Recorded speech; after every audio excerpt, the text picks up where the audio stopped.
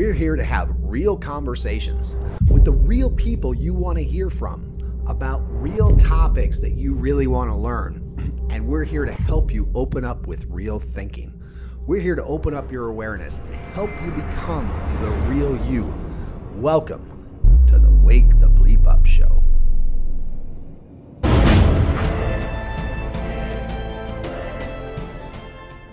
Hey, everybody. Welcome to the Wake the Bleep Up Show, where we have real conversations with real people about the real topics you want to hear about so that we can get you into some real thinking. Today, we're here with our friend, Micheal Ostrolenk, and we're here to talk. He is an expert in human resilience and relationships coaching. I mean, this guy is amazing. You can't miss this episode. You got to be here. You got to listen to this guy. So with that said, Micheal, welcome to the show. Guys, I really appreciate the invite. I'm very much looking for this conversation. So, Erin, why don't you take the reins here? Have a conversation. Start this off. Oh, I am so excited for you all to listen to this conversation because I'm actually nervous. I never get nervous, but I'm nervous for this conversation because I am so impressed with you, Micheal. The amount of experience and knowledge and skills that you have to help people, it's incredible. I've never seen anything like it. And the different areas that you specialize in, everything from helping people, become the creator in their life by mastering their own programming, to your experience in the martial arts and personal security world. And then the transpersonal policy work you're doing with all the political parties. It's incredible. You do so much. I'm fascinated by everything that you do. I'm impressed with your background research. Thank you. Oh, that's awesome. I'm just blown away. You've got to start with this one thing. I was reading that you really fell into the world of studying the human mind and how we humans tick and how to become more resilient and be our best selves and all of that at the age of 9. I know there's a story there that everyone wants to hear about. How the heck did you get into this? What happened at the age of 9 for you? I appreciate the question, and I'll share kind of a fun but obnoxious story, which leads into the whole history of where I came from and what I do presently. So when I was 5, I was in the hospital for about a month suffering from an autoimmune disorder. And then when I got out of the hospital and I was in regular school, went to government schools, I was learning disabled. But the challenge was I was really smart and then had really big challenges. And at the time, most of my teachers just called me lazy. Like, you're just lazy, you should be able to do better. And, as a 6, 7, 8, 9-year-old, it adds a lot of stress to your system.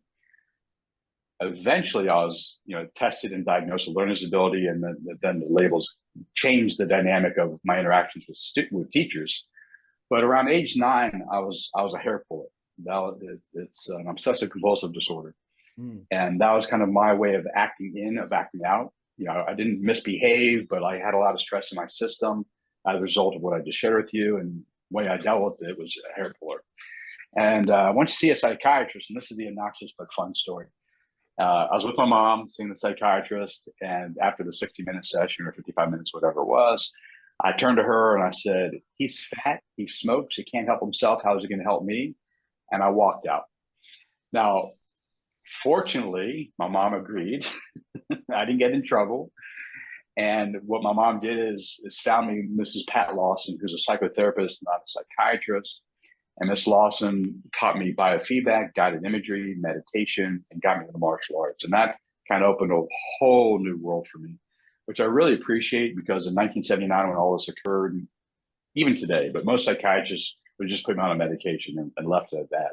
But Miss Lawson just taught me, so many ways of self-managing my internal states, and managing my nervous system, and just set me off on a whole different path than I could imagine the psychiatrist would have put me on. That's the beginning of my path. Yeah. She helped you look at things as a creator rather than a victim. Exactly. I love that. That's a perfect way of putting it. Mm-hmm. Yeah. And I can only imagine what that does for you and other kids who have that experience, what that does to your self-esteem. Mhm. And then let's talk about labels. You had a label put on you at a very early age. I'd love to hear your thoughts on that one. Well, it is, the learning disability label. So it's really interesting. I was really fortunate because my mom obviously was very supportive of me finding Mrs. Lawson and leaving a psychiatrist. And I say my dad was both my parents, but my dad was very, very in front, active, supporting me in the school process. And let me give you an example of the labels, and I would say how it's used inappropriately in an academic setting in elementary school. So I was finally diagnosed and I was put into the LD, learning disability program. And, it's supposed to help you. And I would spend almost every day that I was in the program actually in the principal's office. You're like, why would you do that? Because I refused to actually do the work. Why would you refuse to do the work? And I would tell my teachers at the resource center, I was like, you're having me do the work that everyone else is doing. My learning disability is very specific to me. It's not like everyone else's. Why would I do the same thing that everyone else is? Because mine's unique. And it's kind of strange, I would imagine, for like a 9, 10, 11-year-old to have this concept, but that's the way I operated. So the teacher would send me to the principal's office, and the principal would get really mad at me for not doing the work. But I was explaining, like, this is not like you're not treating me like an individual. You're just putting me in a zoo to be watched over for that hour period of time, and you're not helping me.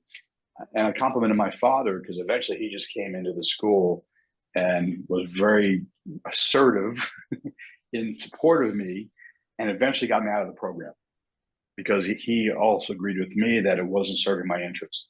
Now, in 10th grade, I got retested and put back in a program. And by then, I would say the program actually did help me. But until then, being labeled was useful because it did acknowledge at the time that I had some challenges. So I wasn't called lazy, but it wasn't useful in the sense of actually giving me the resources I need to improve my academic capabilities or outcomes. Sounds like you were extremely, oh, I hate the word lucky because I believe there's no such thing as luck. We create our own reality. But what can happen so often to people is when they're given this label and they don't have someone to advocate for them like you had, that Yeah. becomes their identity. Yeah. And I would say like 80-20 rule for me. I would say, 80% of the time I fought against identities. And I'll just be honest, that's probably 20% of the time I used it as a crutch. And which is, I'm a kid, so I did the best I could. Right. But, I think I did the best I could at the time. Retrospectively, there was some crutch using of that diagnosis. I was also diagnosed with ADD, and that's also kind of we talked off air, like, we kind of joked, like, we're very ADD-ish. I'm interested in a whole bunch of different things. But that can also be a diagnosis which can be used against one, right, to pigeonhole a person and expect certain behaviors from them too. So I'm very careful with diagnosis and assessment. I'm not a fan of the DSM-5 or 4 or whatever right these days, that kind of stuff. With that said, about the ADD, do you think that's overly diagnosed? You have 5 hours. All right. So I have a talk that I gave over the years, and I think there's like 8. And I would say, I don't know to families. And I would say, I don't know your story, so I can't speak to any individual family and what's going on in your family system and the individual student or your kid. But I would consider at least these 8 things before you put your kid, allow the diagnosis to lead to putting your kid on the medication. Right. And I'll talk about like diet and nutrition, because we know that a lot of the food kids eat are neurotoxic and have effects on the brain, the nervous system. Yeah, back in the day, is more like television watching, but now it's like Instagram and whatever the kids use, YouTube. It's disrupted the brain system, and various other things, including like maybe the education system is not conducive to your child actually learning. It's schooling versus education, so that's something you might want to consider too. Right. And then the last thing I think is the most interesting one is I think there's a subset of our species who seek novelty. And that's the way we survive over the long haul. Like, you need a group of people within our species who get bored really easy and seek novelty, because that's where cultural evolution comes from. And if you drug that out of existence, you're lessening the chance for us surviving over time. 100%. That's kind of my can talk. Yeah. No, 100%, 100%. And I asked it for a reason, because I'm the same way. The lack of nutrition is a huge part of that when it comes to any of those diagnoses. It's like, okay, what are you feeding your kids? Oh, it's chicken nuggets and stuff out of McDonald's. I mean, come on. This is not, give them an actual healthy diet, and not the pyramid that we were taught when we were in the 80s and 90s. That was, I'm not even, that's a whole nother show where we talk about how much we of a could do that too. scam that was. But anyway, so proper nutrition is huge to actual mental development and physical development. And if you're quick to go to these prescriptions, then you're not paying attention to what these kids actually need, or yourself for that matter. So I'm glad we're on the same page. Yeah. Definitely glad to hear you say that. So there's something that you have on your bio that I've got to ask. We're kind of sidetrack a little bit here. You've learned at an early age about meditation and guided imagery. I know so many of my own clients that are like, how, I tried this, it doesn't work for me. How did you get started, and how do you maintain your meditations and your guided imagery without your mind going back to the ADD comment? Yeah, no, that's a great question. And it might have been that I was taught so early on. Mm-hmm. And we also didn't have all the distractions, like we had 3 channels on television, Right. And we actually went outside and played all the time. Right. And I think my parents, when I was around age 9, they went to go listen to a lecture by Dr. Pritikin, and they came home and they removed all the junk food from my house. So I had which sucked as a 9-year-old. You're like, I love my junk food, but then you're like, yeah, okay, it probably was a much better choice for me health wise. Right. And I think all those things combined to make my mind a calmer mind than most kids today, who have so many more distractions than I had. Right. And I love to meditate. Like I remember, and I was also into the martial arts. So I watch Bruce Lee movies and go downstairs and work out and stuff like that. And meditation was a daily practice that I had. And I would remember sitting in the basement, meditating, and having out of body experiences. I mean, it was really trippy, especially for like a 10, 11, 12-year-old kid. Right. So it was like, it led to such immediate both benefits and strange experiences that I was called to do it even more. Mm-hmm. So it was just like, it seemed more natural to me than I could imagine for a lot of young people today. It might be a little bit more challenging. And the meditation that Mrs. Lawson taught me was kind of an open focus. Clouds, like your thoughts are clouds in the sky, your feelings are clouds in the sky, your sensations, you just notice them, you don't attach to them. A mindfulness practice. And she also taught me a focus practice, like light a candle and just stare at the candle and, that kind of stuff. And watch your breath, do a breath count. So multiple different types of meditation, which she taught me, I just found really beneficial. And I just have to imagine, because I had immediate benefits compared to what I was experiencing internally, that it was just easy to keep practicing and wanting to keep practicing. Right. Yeah. Right. Awesome. No, that's great. And so Thanks. So because you were so young when you started doing this, did that have any effect on your social interactions at school or with the kids your age? Well, so it's really interesting because I would say I had like 2 lives. Like I was a normal kid with all the normal challenges as a kid, a teenager or a preteen would have.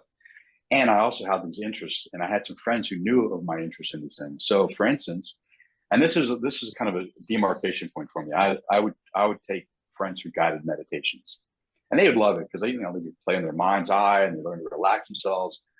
But I had an experience with one of my friends whose father died from Agent Orange from Vietnam. Ooh. And I took him through a meditative process, and it brought up a lot of stuff for him.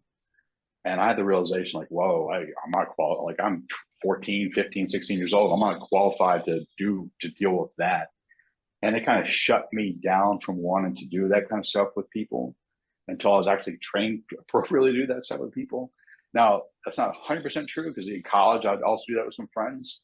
But, if there's anything that arose that I was incapable of dealing with, I think, you need to see a professional. Then I'll be really clear on that. Right. But just for general relaxation purposes and, learning to manage the nervous system, I think some of my friends dug the fact that I was interested in these things. It's kind of cool. Nice. Yeah. Erin? That kind of inspired you to pursue more training, did it? When you, so my, Erin, you'll love this because I loved your story about 8 years old too. My first 3 books I bought when I was 9, literally, I love to read. My mom would take me to the library all the time. But the books I bought, I'm not sure with birthday money or something like that, was Zen Mind, No Mind by Daiso Suzuki, which I loved. I probably didn't understand what I was reading. I probably still wouldn't, but I loved it back in the day. Zen Mind, No Mind, like Zen Mind, No Mind by Daiso Suzuki, Zen and the Martial Arts, and then a book on yoga. And it was not just it wasn't like, it was real yoga. It wasn't touchy bendy yoga as practiced by a lot of Americans today. It was classical yoga. So like I just learned so much. And so I was both interested in these practices, which, you know, you brought up, Tony, like the meditation, guided imagery, the biofeedback, but also I was very interested in studying these things. Like, you know, so I remember, you know, one of my magazines I had a subscription to, or maybe I bought at the store, was East West Journal. Which is awesome because a lot of people I read about, I ended up studying with or studying about when I went to grad school, you know, like 10 years later, which is really kind of cool. Nice. Nice. Yeah. That is very cool. Yeah. I have a question I would love to hear your thoughts on. You're talking about, you know, visual imagery and all of that. If people understood the power of our imaginations, they could change their lives. I would love for you to speak on that. The power of our imagination. Yeah, and actually, I'd love to come in from a different angle if that's cool, because you also brought in my transpartisan work, and I was a fellow for the Center for Cyber Influence Operations Studies about 5 or 6 years ago, and we studied how state and non-state actors use social media to influence the public, including how Al Qaeda and then eventually ISIS used it to recruit online and stuff like that. But that was telling on how social media presently, but also television programming and our education system is all programming. You know, like you get to kind of objectify and see, like, we're being programmed all the time by various institutions and individuals. And if they can do that to us, to their ends, whatever they are, to buy something or to support the state or whatever it happens to be, or support a non-state actor, we can do it for ourselves, for our own betterment, health, and well-being. You know, so, you know, it's just really interesting to kind of go from the individual. Like, I learned how to do it myself, and I also clients, but also at the institutional level to understand propaganda of sorts, or marketing, or whatever, you know, however you want to use it. And, you know, and I'm not going to disparage marketing, but it is a way of manipulating people to buy stuff, you know. So let's just recognize it for what it is. Same with government propaganda or whatever. Like, you know, influencers online, they're all trying to influence you to do something. 100%. 100%. Which is awesome. Like, once you have that realization, like, oh, I'm being programmed in all these places. And like I just said, and you just asked, like, okay, cool. And I can do it myself. Like, like I can do it for my own ends, healthy ends, like become healthier, more loving, more caring, more compassionate, more thoughtful, more brave and courageous, you know, whatever the character development I want to use it for. Yeah, it's really kind of cool. Thank you for asking. It is, but recognizing you're being brainwashed all the time, programmed, but then also recognizing that you can brainwash and reprogram yourself for the better. Right. I remember understanding at the age of 6, 7, 8, 9, whatever it was. I remember standing in my bedroom going, if I wanted to, I could convince myself over time that the neighbors are aliens. I remember thinking I could just tell myself that over and over and over and over and over again. And there's a point where I would just start believing it. That's trippy for a 6 or 7 year old. To us. What's that? I just said that's really trippy for a 6 or 7 year old to have that realization. Right. I know, it wasn't really normal. Well, and what's funny about it, though, from both you guys are talking about, is that most people, unfortunately, the large majority of people today don't realize they have that control over reprogramming themselves. You know, they buy into 100%. Everything that's being funneled into their ears or into their eyes or what, from everyone around them, from all the media sources, from their friends, their family. It's just like, it's like a garbage truck pulling up next to your head and dumping it through your ear. I mean, it's horrible, but most people don't realize that. By the way, sidetrack, Michael, I got to say, I'm really loving the fact that you're drinking a coconut water right now. That's I, I didn't know the power of coconut water until my wife 21 years ago. My wife's Cambodian, and so I'm like, we've been way into Eastern. Oh, cool. Oh yeah, Eastern medicine, Eastern. Oh, big time, and we grow all of our own herbs. Yeah. Wow. Okay. Let's talk offline. That's really fascinating. Yeah, big time. Oh, big time. You look at some of the garden stuff my wife has and everything. It's 100 degrees here, so like I got to keep myself hydrated. Well, and I'm in Florida. It's 96 here, so it's not far off. Yeah, same. Yeah, you guys pretty much have the same weather going on, the same mugginess. So where are you located, Micheal? Well, I'm nomadic, but I'm presently in Austin, Texas for a little while. Okay. All right. Yeah. So very similar. Yeah. All right, Erin, sorry to interrupt. Go ahead. Go with your next one. No, that's okay. I do want to go back to the whole imagination thing too, because I know you do somatic body work and all of that. I would love to hear how you feel the connection between our imagination and healing and rewiring our mind. I'd love to hear your thoughts on that. Yeah. So, one of the things I like to kind of be as holistic or comprehensive as possible. So using the imagination is really, really important, but I don't limit change to just the imagination. I think it's important to anchor it in various somatic processes in the body. So for instance, we can walk through different exercises that I have clients do, but like if I'm going to have someone do active imagination and see something in their mind's eye, in terms of a positive change in a new direction for themselves, I would want them to anchor it, for instance, in their breath and their body posture. How do you reform the posture that supports this new vision of who you are creating yourself to be? What's a breathing pattern that would be nice parallel to this new vision you're creating of yourself, as an example? And there's different bodily processes that you can kind of tie things to. You can do, and you can do a wide variety of senses to, what you hear, what you smell, what you see. Obviously, what you see makes sense for kind of the mental imagery. So let me just put it that way. Like it's not just mental imagery. It's also connected to various bodily processes, which I think is important. And it's just amazing that what we are capable of doing in our own mind's eye to change our own physiology.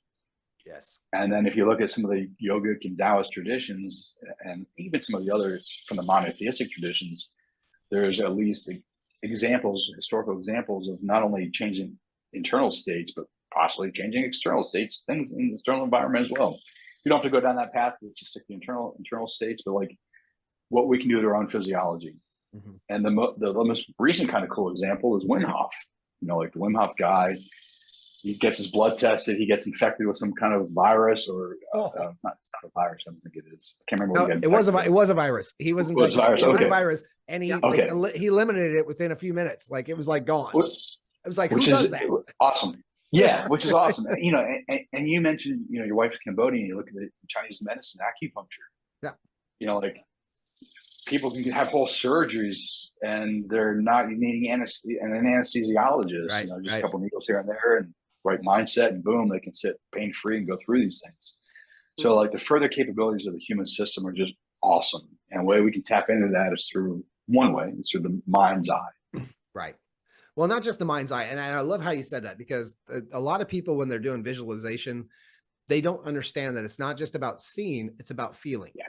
It's about feeling it like you're actually happening. And I had this example with a client the other day where they wanted a brand new car. I'm like, cool. So visualize yourself not only seeing this car, but visualize yourself and feeling yourself opening that door, putting your hands. What does it feel like to have your hands on that steering wheel, to put your hand on that shifter, to feel the pedal under your feet? It's not just the seeing, it's the feeling. You got to feel it. Otherwise it's not as real. It's not going to take shape if you can't actually feel it the way you see it.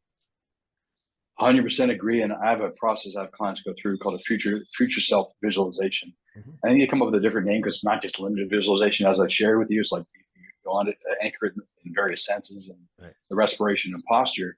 Like, who do you want to be in 6 months? Who do you see yourself being in 6 months? You see yourself, but to your point, like you got to feel like you're that person. But your body has to show up in that process. Like how powerful, what's a powerful body look like? A relaxed but powerful body, all the senses dialed in for that. And what I do with clients is like you do that whole gestalt 6 months down the road, but then you work backwards. What steps do you need to take to actually implement it? Because it's not enough just to visualize it or even anchor it in the body. You actually have to take steps. Right. Yeah, it's like the basketball thing. You can visualize yourself shooting and you can improve your scores, which is awesome, but you also actually go practice shooting basketball. Yep. Yeah. I mean, you can't just wish for it. It doesn't just magically happen. There's more to it than that. Is that what you're saying? Yeah. I think action is required, not just in the mind's eye, but in the physical reality, 3D reality. Yep. It's funny. I love it makes sense that go ahead. It makes perfect sense that it works this way when it's the same part of our brain that is responsible for storing memories, creating emotions, and creating our imagination. Right. Yeah. Right. So really, it's quite logical. But I do a lot of hypnosis with my clients, and oftentimes it's like, I don't tell them it's hypnosis. It's like, let's play an imagination game. And they're like, oh, okay. Because hypnosis, they're afraid you're going to make them walk around squawking like a chicken, like right? a duck. Yeah. I mean, I used to think this about hypnosis too. Mm-hmm. So I don't even say, we're going to do hypnosis. We're going to play an imagination game. You're going to just, visualize some stuff. And they're like, okay, how's this going to work? Oh, just wait. I was really lucky because my uncle is actually a hypnotherapist. So I grew up with someone who, when he'd come to visit me from New York, he would actually do hypnotherapy on me. Oh, wow. So like literally as a little kid growing up, I got to see and experience the benefits of that too. So Erin, I love the fact that you do it, but you do it in such a way that you're like, I don't want to trigger them into think I'm going to cluck like a duck or a chicken, whatever. Well, there was that one time Erin clucked. No, I'm just joking. That wasn't because I was in trance. That was tequila, Tony. Oh, that's right. That'll do it. Tequila will do that. So and that's great. And back to the feeling, back to the imagining. It's a hard thing for people to grasp, though. How do you really help people grasp that concept? That's something I still, depending on the person, I still am challenged with helping people actually get through to that visualization. This episode is brought to you by 7K Metals. All your gold and silver needs go to 7K Metals. You can get all of your collectible coins or raw materials at cost, and the only true investment in your future is in gold and silver. There's all kinds of uncertainty around cryptocurrency and around virtual dollars. That this is the only solid investment is gold and silver. So go to 7kmetals.com/schmaltzy to check it out now and be a part of this amazing legacy of investing in gold and silver for your future and the future of your children. So maybe I'll call myself fortunate. For the majority of my clients over the last 30 years, they seem to have a propensity towards that activity. So it's pretty easy to teach them. And, some people are auditory, some people are kinesthetic, some people are visual. So with someone who's less visual than kinesthetic or auditory, I might start there as the entry point in. Yeah. Just to make them feel more comfortable with the process.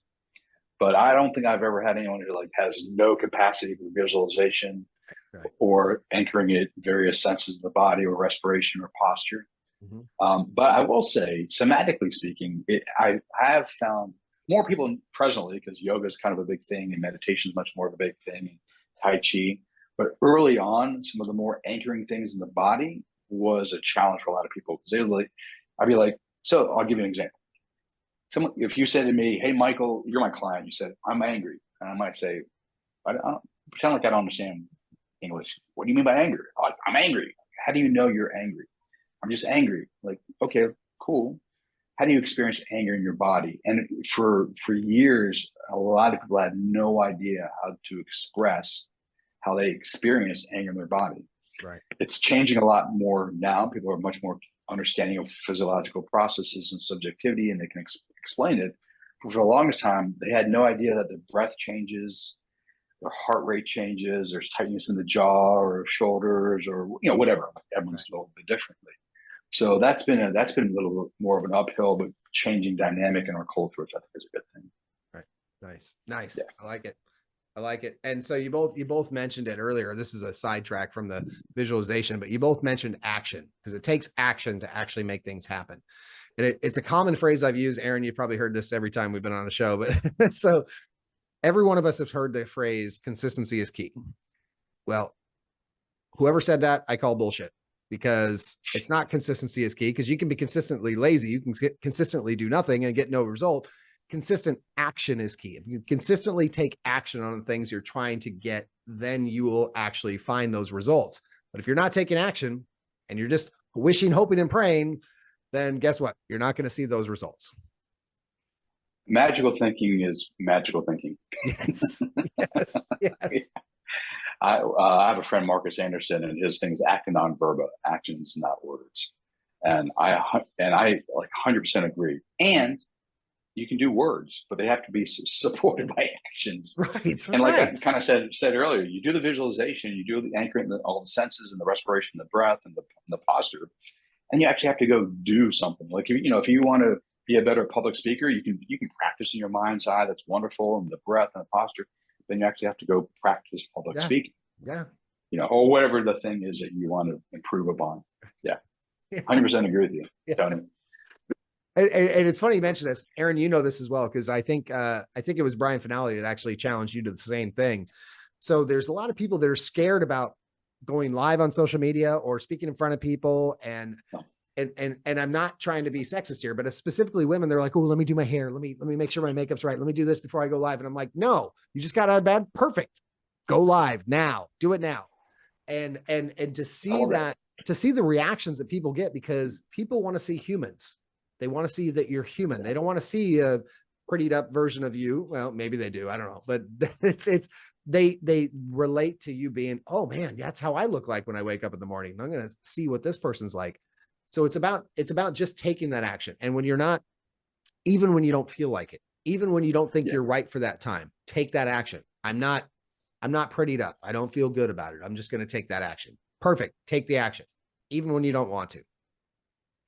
100% agree. And I love your critique of consistency, because you can be consistently lazy. I love that. I've never thought of it that way. But in my work with clients, discipline is really, really, really important. And I love the kind of like the reverse of like, you can be consistently lazy. Well, that's not really helpful. You can be consistently working on your own development in various lines of development, whether it's moral or physical, mental, emotional, spiritual, whatever it happens to be. But you need to practice on a daily basis, even if you don't feel like it. You got to take action as you suggested. I'm sorry, I hate to jump in after this. So you both know I was feeling under the weather today, and it was my wife that actually called me out. Before this call, she was like, because I am all about commitment. I am all about doing. If I am my word, what I say I'm going to do, I'm going to do. And so she's like, did you commit to being on this call? I said, yes. She's like, then be on the call. I'm like, wow. I'm like, all right, here I am. And here we are, and it's funny, now that we're having this conversation, the endorphins are going, I'm feeling a little better. And we're having a good conversation, but it was like, she said, you committed to be on that call, didn't you? I said, yes, I did. She's like, then be on the call. I'm like, all right, here we go. And that's when I sent Erin a message. I said, I'm on my way. I'll be there. I like your wife a lot already. That's awesome. Let me. Yeah. No, it's very true. Exactly. But let me ask you guys a question.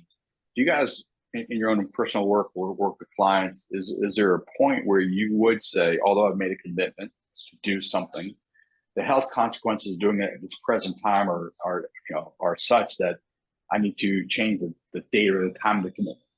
Because, yes, I need to keep my word, but I need to shift things around. Yeah. Because the consequences would be dramatic. Yes. I mean, is there a fine line for you guys on that one? I can't say fine line. If it's a true emergency or there's really something emergent that came up, yes, I will reschedule. And my current coach has actually, he challenged me back in February. He said, he claimed to be the most committed person you've ever met. He said, if I say I'm going to be there, I will be there unless I am in the hospital or somebody close to me is in the hospital. And I'm like, whoa. I'm like, that's not, now I'm not that bold, but I'm like, I mean, although I'm like, wow, that's a huge challenge. I'm not sure I'm ready to accept that. I'll accept most of that. However, him and I having a conversation later, he said the same thing. He's like, it's not about having to reschedule. It's about making sure that it's a legitimate reason to reschedule. Like me not feeling so well today. Am I really not feeling well enough to where I can't be on the call? Obviously not. I'm here.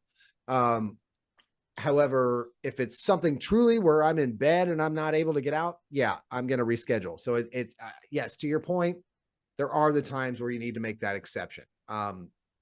It's when people make the exception the rule versus the commitment that's the rule. And that's the big differentiator. Yeah. It's funny. My I coach has also been feel working like with me on that too.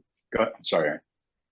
no, sorry about that. I was just going to say, if it depends on if you have to go into state to help your client, if you're in a place where you're not able to get into the right state, then you're not really going to be able to help your client in the way you would like to. So if there's that going on, then I think sometimes it's better to reschedule. Yeah. You know. Yeah. So sometimes it will, depend on you just because you want what is best for your client. But yeah, 100% agree. And I like the idea, like, you don't want that to be the rule is like, I'm just going to violate the standards I set for myself. You want to exceed your standards. Yeah. Love the shirt, by the way. Thank you. I'm programming the viewing audience. So Erin, to your point, so I actually did that a couple times in the last week, but however, I showed up to a call with a client, and one was a potential client, and I showed up because I said I was going to be there. However, within the first 10 minutes, I said, guess what? I'm not fully here. I want to give you my all. However, I did commit to be here. Would you be okay with us doing this again next week or in a few days? That way I can give you my whole self and you can have the full me. So there's that also in between where, what versus doing a reschedule beforehand. You can show up and go, hey, and most people in that case, there's some that are obviously not going to take it very well, but most people are like, you know what? You showed up, you're here, you're showing me you're here for me. Absolutely. Let's do this another day. I love that because that's relationship based. Yeah. You're taking seriously the relationship you have with this other person. Well, we're in the relationship business. Yeah. I agree. And then they also know you're not just, jamming out and going to the bar or going fishing or something. Right. Pictures of Tony in social media. Like I was going to say, Erin, you weren't supposed to call me out on that. No, I'm just joking. I'm joking. She hit both nails on the head, the fishing and the bar. No, I'm just joking. I don't go to the bar anymore. I don't go to the bar anymore, but I still fish a lot. All right. Oh, cool.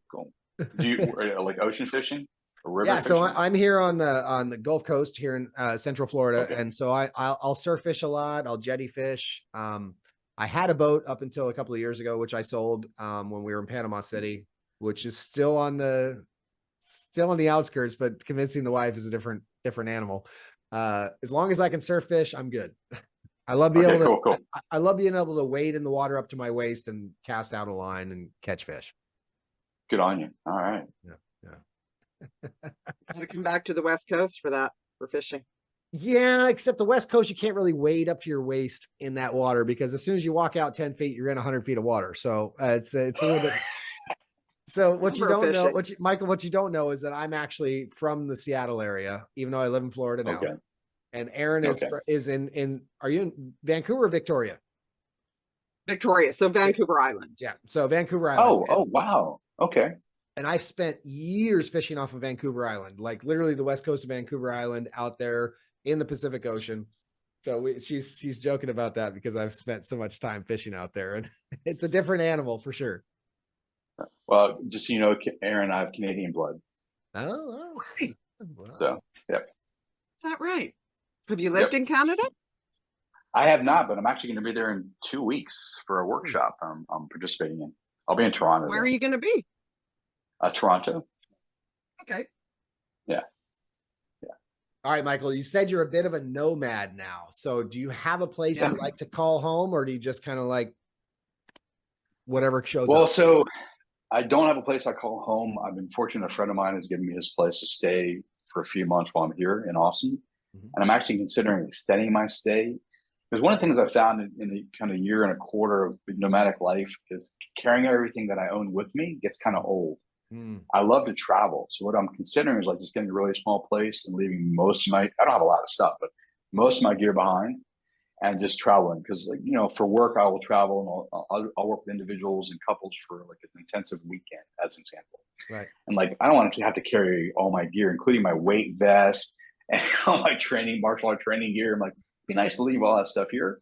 Right. And just bring some clothes and whatever else I might need for that particular weekend, or if I'm going to go visit friends for a couple of weeks or whatever it happens to be. So that's what I'm considering. Oh, okay. Okay. All right. No, I've enjoyed it. Yeah. Yeah. Yeah. Last time we did that, not so much.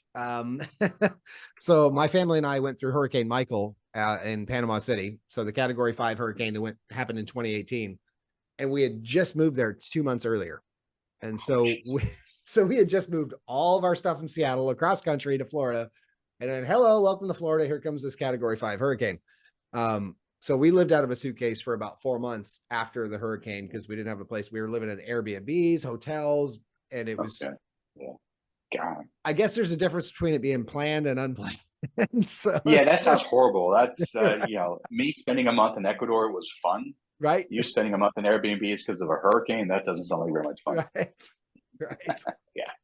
All right. So so I know a lot of people out there always ask this question. So I was asked this of coaches and consultants. How do you really find your clients? I mean, everyone wants to know, where do you find your clients and how do you connect with them and start that path? So for a majority of the 30 years I've been doing this, it's one of three places: word of mouth. So like a client will send me a client. Mm-hmm. Okay. Yep. Because of my background, which you've read a little bit of, I have a lot of connections kind of in the health, alternative medicine, integrated medicine, consciousness space. So I'll have a lot of healthcare practitioners over the years will just refer me clients as in like number two. And then I wear hats. So I work for SEALFIT for over a decade. I work for a company called Spartan 7, run by a Navy SEAL. Unfortunately, he died last year, so they shut down the company. Wow. I work for Peron Zoe here in Austin, Texas, precision-based medical clinics. I got clients from them. So, some of them are from institutions that I consult for or work for. Others are just referrals from clients, and like I said, or from healthcare practitioners. Awesome. Yeah. So you're out there a lot. You're exposed to a lot of people. Yeah. I'm really fortunate. Yeah, I have the most amazing network in so many different areas of life because I've been playing around so many different areas of life. I have really cool colleagues and friends out there. Nice. Nice. I feel really grateful. So you've got all this history in the medical industry, and let me ask you this question: do you take any pharmaceuticals? Like if I'm deathly ill, I definitely will take pharmaceuticals. Trying to think the last time I was deathly ill. Let's see. I will. I mean, I'm not against drugs. Mm-hmm. I'm not against prescription medications. I think they have their place. I have concerns about their misuse or overuse. Yeah. And the bad science that leads a lot of doctors to prescribe them. Right. I have questions about cholesterol lowering medications. Mm-hmm. Like cholesterol is needed for every cell of the human body. And what's that mean when you start reducing the human body through medication? So there's things like that I have concerns about, and or drugs there's no such thing as side effects that are effects of drugs. Right. The ones we don't like, we call it side effects. Right. But like I would say a majority of the drugs people take, prescription drugs people take, I would question their need if one would change their lifestyle.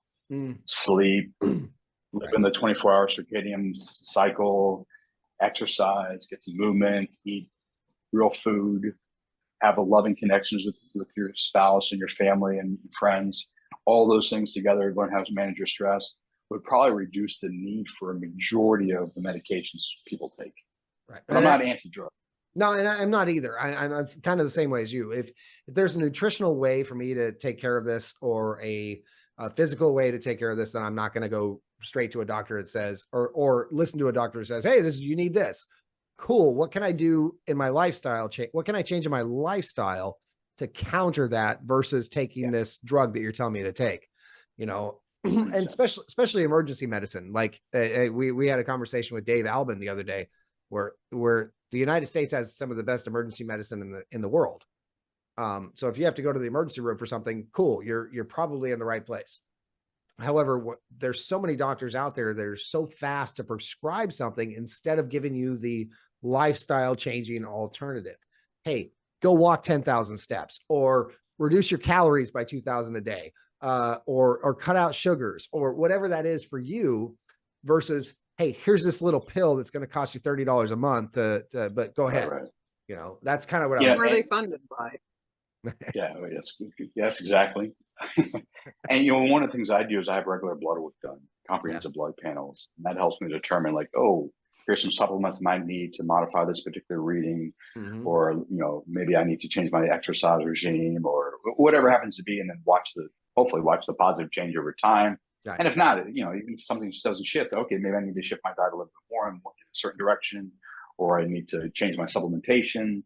And also, epigenetics is really interesting to me, and I used to teach in the Epigenetics Academy at the Peron Zoe here in Austin, Texas. Oh, nice. So I had my genetics tested, so I have a better understanding of how I process certain things, and that can help inform my diet and nutrition.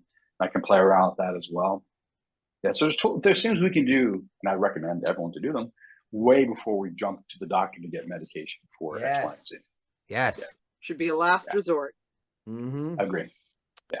Try using the mind before you go to the drugs. I learned how to stop my migraines from happening with hypnosis rather than going awesome. on big pharma drugs. That's great. Good for you. Psychosomatic. Yeah. I love that. Was there like it was red wine, but it was psychosomatic. Does that mean you can have red wine with no migraines? I went for 11 years without touching red wine because I was cooking dinner one night and I had a glass of red wine and I had like 3 sips and I got a migraine. So my mom, or she thinks anyway, gets migraines from red wine. So the histamine. So I went, oh my God, it's the red wine. So I didn't touch it for like 11 years. And then I'm like, well, I'm going to try it one night. So 11 years later, I had, a glass and I was absolutely fine. But if I want to, with my mind, I could bring on a migraine right now. Let's not do that. Like it's don't do that. We don't need that, Erin. We don't need that, Erin. No, I don't want to ruin the rest of my day. But it's psychosomatic. So if I can create it with my mind, I can get rid of it with my mind. Right. You can create the opposite effect. Yes. Yeah. So, Erin, back to workouts. I gotta ask. You've told me before, Erin. What is this exercise routine that you have with the whole get up? Michael, I want you to hear this because there's pictures of Erin. She's got the whole vest. She's got the leggings. She's got everything. Erin, walk us through this, please. So I do EMS fitness training, which is electromuscle stimulation. So you're wearing a suit that has all these electrodes attached to it, and it shoots electricity into the particular muscle groups. So the workout, you can do more in a 20-minute session than you can 90 minutes to 2 hours in the gym lifting heavy. So it's about how much electricity, how much frequency you allow in. You get to a point where, like when I was doing it 2 days ago, my tricep froze. There was so much electricity going in it, my muscle just froze, and I had to wait for it to stop to be able to bend my arm again because it was just a little too high. Too much. But it's about how much electricity you can handle, and then also how hard you flex your muscles. So you can do bicep curls without a weight, and just by flexing your muscle and taking in as much electricity as you can possibly handle. And it's so intense that they won't even let you do the max you're allowed to do, and this is if you're in good shape, is 3 sessions a week. Because it's okay. So this is Tony. I'm so glad you had Erin bring this up because there's actually a place I go to Restore for my recovery work where I do sauna and cryo and all compression. Literally next door to that is Body 2.0. I'm a similar company that does EMS. But I haven't walked in there yet to check them out. But now I need to go check them out. So thank you, Erin. That's awesome. Yes. That's and you can also do it on like a relaxation. Sometimes you can do a session where you just lay there wearing the suit and it's lower and it's good for the lymphatic drainage and all of the fascia, all kinds of things. So awesome. I absolutely love it. Oh, so good. Cool. I'll definitely check it out. Yeah. So we're walking down a path now. We're walking down a path. I got so many questions now. So you mentioned the cryogenics and everything. So are you an ice bath guy? You do the cryo, but I mean, ice baths Yeah, or similar? so I've done, yeah, I seal fit, like ice baths were the kind of the big thing. And this is like 2010, 11, 12, before it became like the thing to do. So I've been doing ice baths on and off forever. Yeah. I don't have one here where I'm staying, but I will do them if I find them, because there's a place in Austin that I'll go to and I'll do them as well on occasion. I don't have a car, so I have to walk, ruck, or run everywhere, you know, but cryo is really easy because it's literally half a mile down that way. Nice. So I have my, like, I do compression, and I do red light, and I do cryo. I do some, wait, hold on. I do compression. I do red light, I do sauna, and then I do cryo, and then I do local cryo. It's kind of like my plan for most days that I do the work. Yeah. Nice. And I only ask because again, when I was in Panama City, so we moved here about a year ago. So we're in Palm Harbor, just outside of Tampa. The last house we had, I had the room for it, and I had an ice bath set up, and I was able to do that every day. Here, I don't have that. So what I end up doing is I end up as part of my morning routine is I get my hot shower, but at the end of the shower, I turn it all the way to cold for the last 3 to 5 minutes of that, and then just sit there and soak and move around in it. And I'm like, it sucks, but it's not the same. It's not really the same. Well, I have to imagine it has some similar benefits as sitting in a cold bath, but maybe not as intense, right? Right. Still get some benefits from it, and a little mental toughness training, right? It's that for sure. That for sure. And yeah. And everyone I talk to, Erin, you might be able to agree with this, that it never gets easier. It doesn't matter how long you've been doing this. It's like you're still getting into a cold water that you're like, this sucks. Yeah, it sucks. I don't like being cold. Yeah. You don't like being cold, but you spend all your time out there in the Pacific Northwest in the cold environment. Well, not all my time. But I mean, there's a lot of people. If you go down to the beach here, there is almost always somebody, like in the wintertime, there's like clubs, every Sunday they meet and they go in the ocean and all of that. I'll go watch, but I'm way too much of a whim when it comes to the cold to do that. I like to be warm. I like fires. That's fair enough. You know what you like. Yeah, that's very good. I like my process, because I can tell you about Team Foodishin. I put together a team, but we just did a 50-mile go ruck last month, which I can talk about if you're interested. But the recovery work or restore was so key.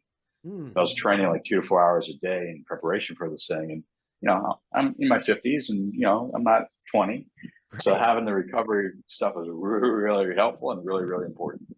Nice. Yeah. All right. So you bring up something else. So do you have a morning routine? I do. All right. Okay. Can you walk us through that? Certainly. So I wake up. That's usually a good nice start. Thing. That's a good start. Thank God. And except for the last couple of weeks, because I've decided to take the time off, and because I need more rest and recovery. But I usually get up at 5 o'clock. Yeah. I've been letting myself sleep until 6, but I usually get up at 5 o'clock. And there's a certain meditation that I do that my coach, I have quite a few different coaches, but my coach Tova taught me to do. Mm-hmm. And it's kind of like a character development meditation. There's certain characteristics that I want to cultivate in myself. And I pretty much do what we kind of just talked about earlier. Is like, I see the word, I tap, and I see myself embodying it, and I breathe into it, and I go through this list. And it's really fascinating because there's 12 character traits that I want to cultivate. And usually 2 stand out. For like my psyche's like, oh, you need to focus a little bit more time on those, and I'll do that. And then there's a prayer that I do every morning. I finish with that, and then I dance.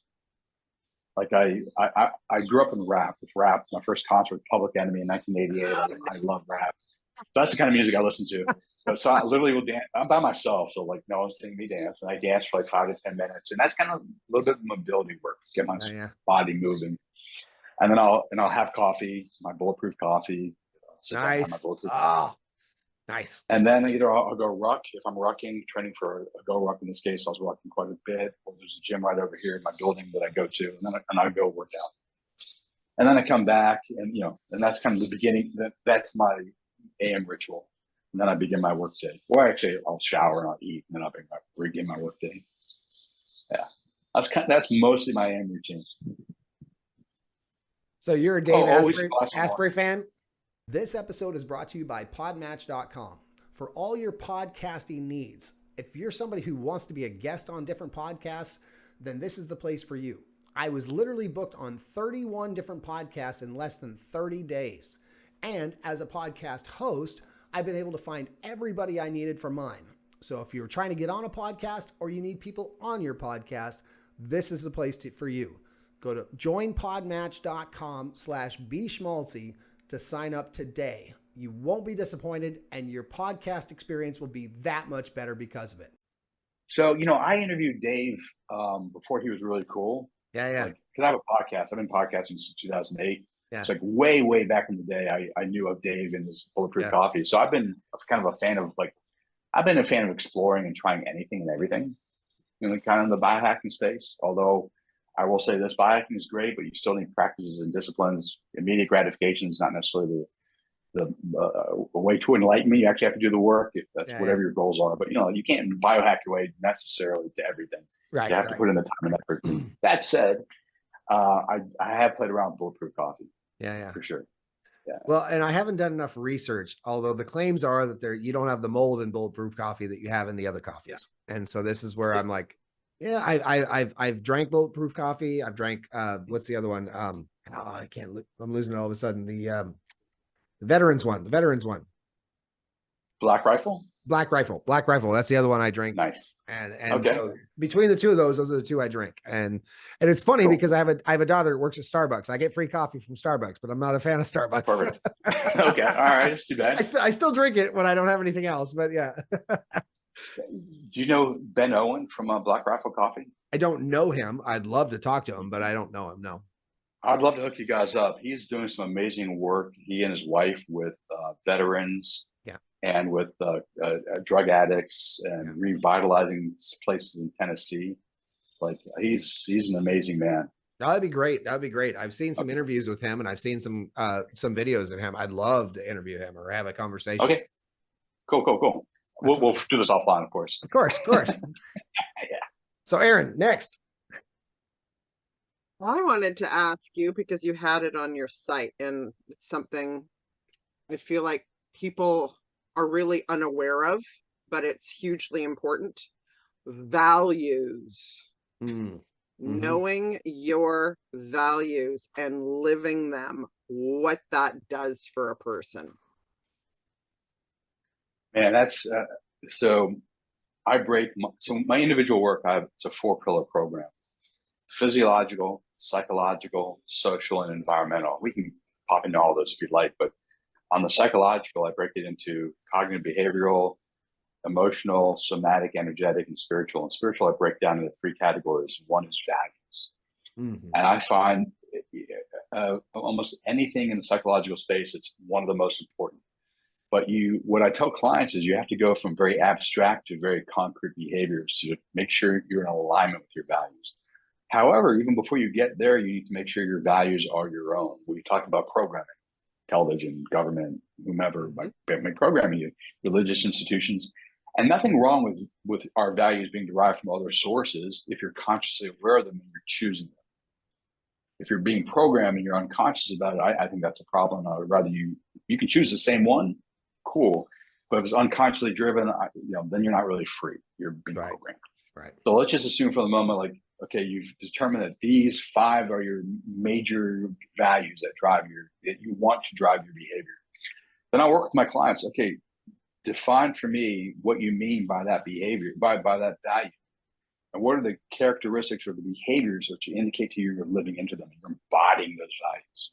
And are you in alignment? And I have my clients journal as part of our work together, and it allows them to keep track of, are they really living their values? Right.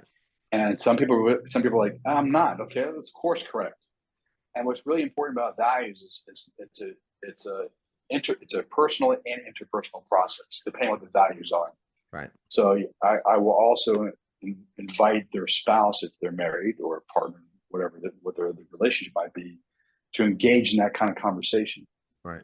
Because if my client says, for instance, one of my high values is being present with the people I talk to. I'm like, oh, okay, cool. What do you mean by that? And they say, okay, I actively listen. Awesome. Eye contact, sweet. I know on my phone, I'm not on Instagram playing when I'm talking to the person, and maybe a couple other things. Awesome. All right. That's great. So how are you doing with that? And they might say, perfect. I'm doing great. And then I talk to their spouse, and their spouse is like, there's nothing really perfect about their behaviors. Cool. So you're kind of deluding yourself on how you perceive yourself and showing up with this behavior, with this value in this relationship. Awesome. And people do that. So that's why I like to get a second party validation for the behaviors. And if it's not your spouse, it could be your best friend, it could be your therapist, or me, your coach, or whomever happens to be. Right. But it's really important to embody your values and test yourself on a regular basis to make sure you're living them. And if you're not, then course correct or reevaluate your values, because maybe they're really not your values, or they change over time. And have you found that your clients need to remind themselves of their values? Like they'll say, hey, this is a value of mine. However, they need to, like, I'm a little bit of a fan of declarations, not necessarily affirmations, but declarations. Mm-hmm. And sometimes it takes that repetition of telling yourself that, even if it's in the mirror every day, this is who I am, to get to that point. Do you find that with your clients, or am I different? No, Tony, 100%. Like, and it's actually part of the journaling practice. In the morning, you'll declare a value of yours, but with clarity, like, these are the behaviors that indicate I'm living in the value. And at the end of the day, you reflect. How well did I do embodying those values? And it's not to beat yourself up. Oh, I suck. This horrible. Woe is me. Like, we do that enough. We don't need that. But it's like, right. Okay, I didn't do a great job. Okay, cool. Tomorrow I'll do better. And here's how I'm going to course correct. Like, let's come up with a plan so you can course correct. Right. Because beating yourself up is useless, but course correct, living to your values is great. Mm-hmm. Awesome. And that's what can happen when you're living someone else's values that you were given by parents, your religious upbringing, media, right? You're living someone else's values, and now you're in conflict, internal conflict. So Erin, you're bringing up something that's actually really close to home right now. So both of you, Erin and Michael, this is something I have not made public yet, and I'll probably get my butt kicked later for this. So my book came out recently, and one of my chapters is it's called Forget the Programming. And it's all about the things we were taught by our parents, by our teachers, by media, by the mainstream media, all the stuff we've been talking about. Well, I sent a copy to my mom, who read this, and she's like, you weren't programmed. I don't know what you're talking about. And I got, oh my goodness, did I get an earful from my mom about this? And I'm like, Mom, I think you're misreading this. It says, you did nothing. I am very proud of you. I love you. I'm proud of what you did for me. This has nothing to do with you. This has to do with my thought process today. And it just went, whoo. It went out into left field, and I have not been able to bring that one back into alignment yet. Good luck with that one, Tony. Thank you. Hey, once I'm going to order your book and read it, you should be a guest on my podcast so we can talk about it. That'd be awesome. That'd be awesome. Yeah, cool. Awesome. It's the same name as this podcast. Okay, awesome. Okay.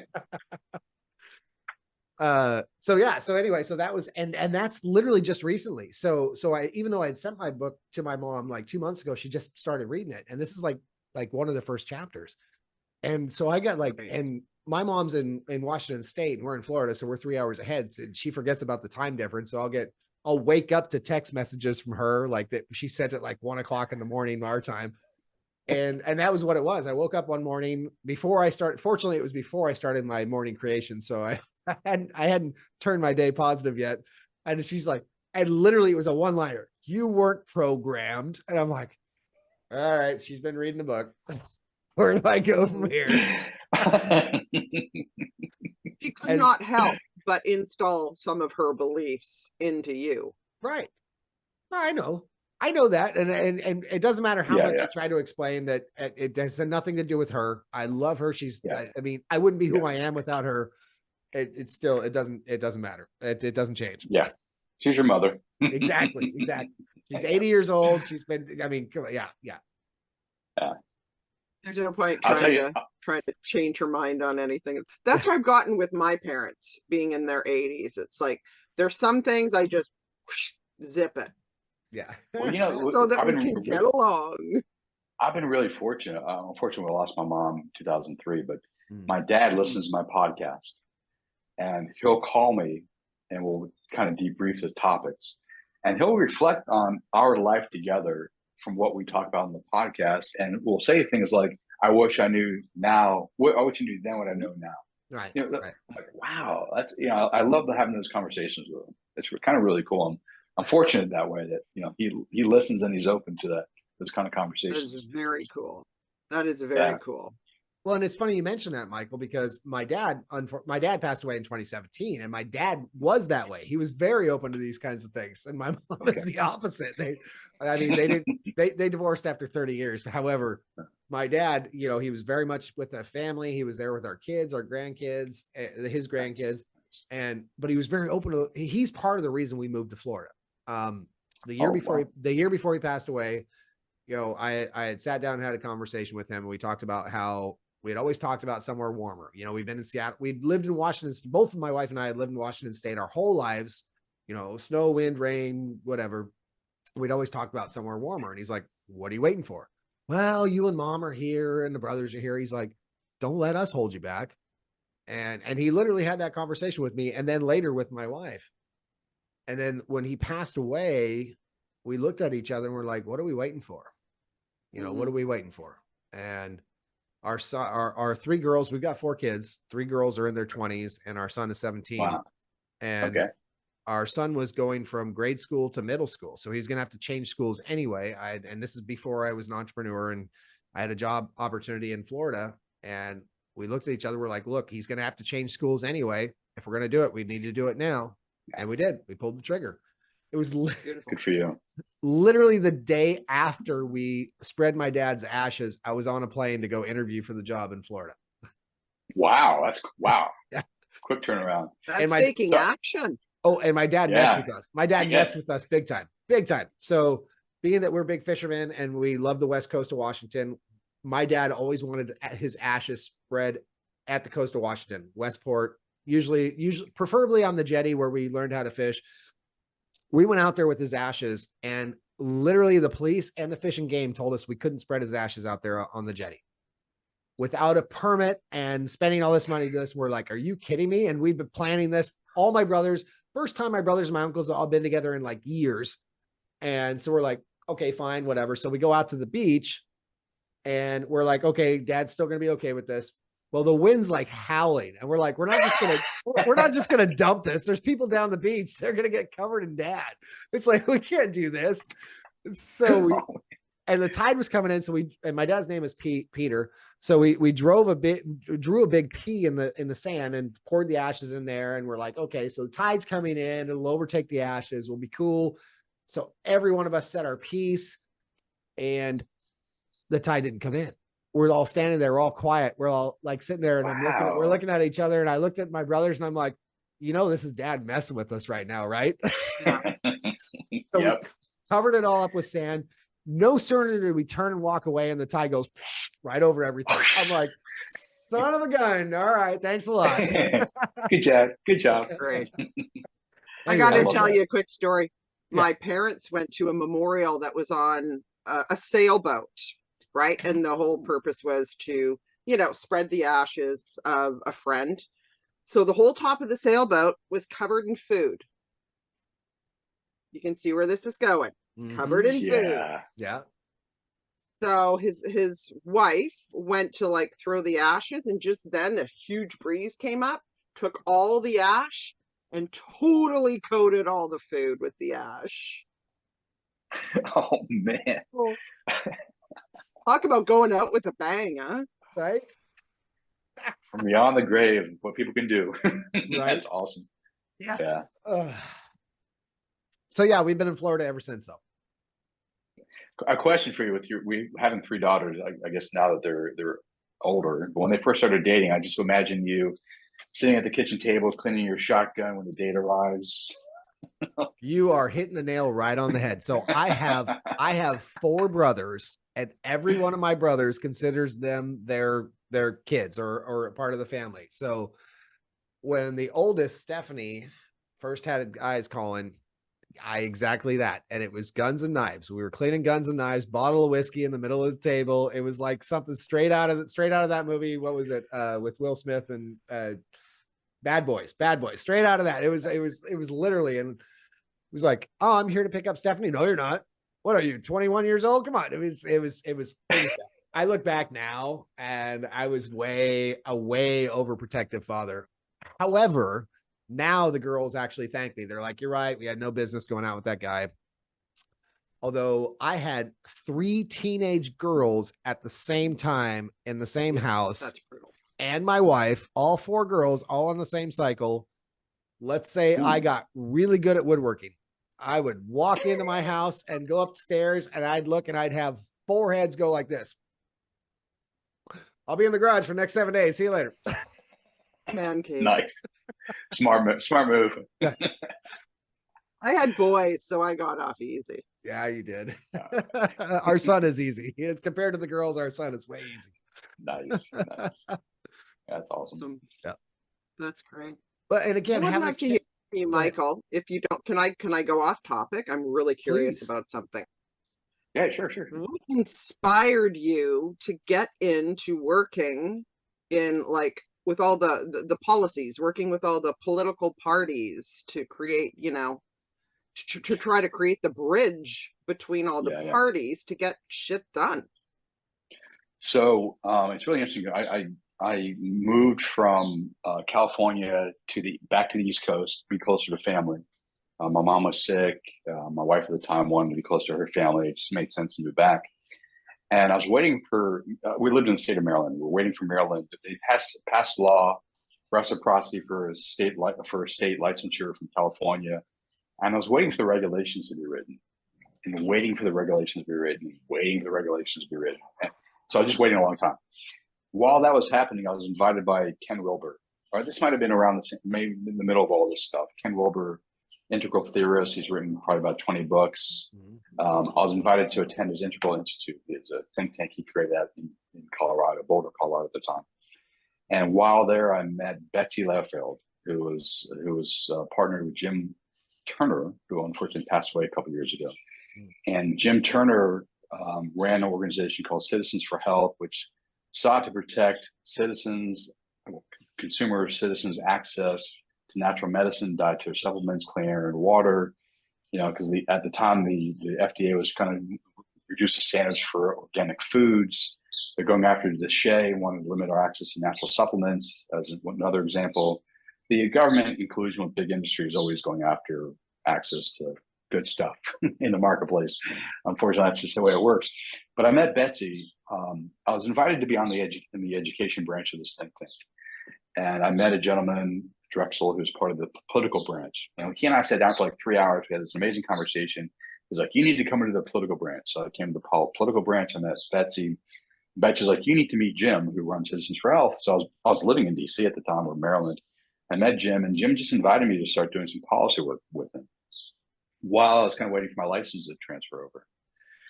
It wasn't new to me because I was always interested in everything. So I've been tracking these things for years, but I never did it professionally. But that led to my first work in the policy space.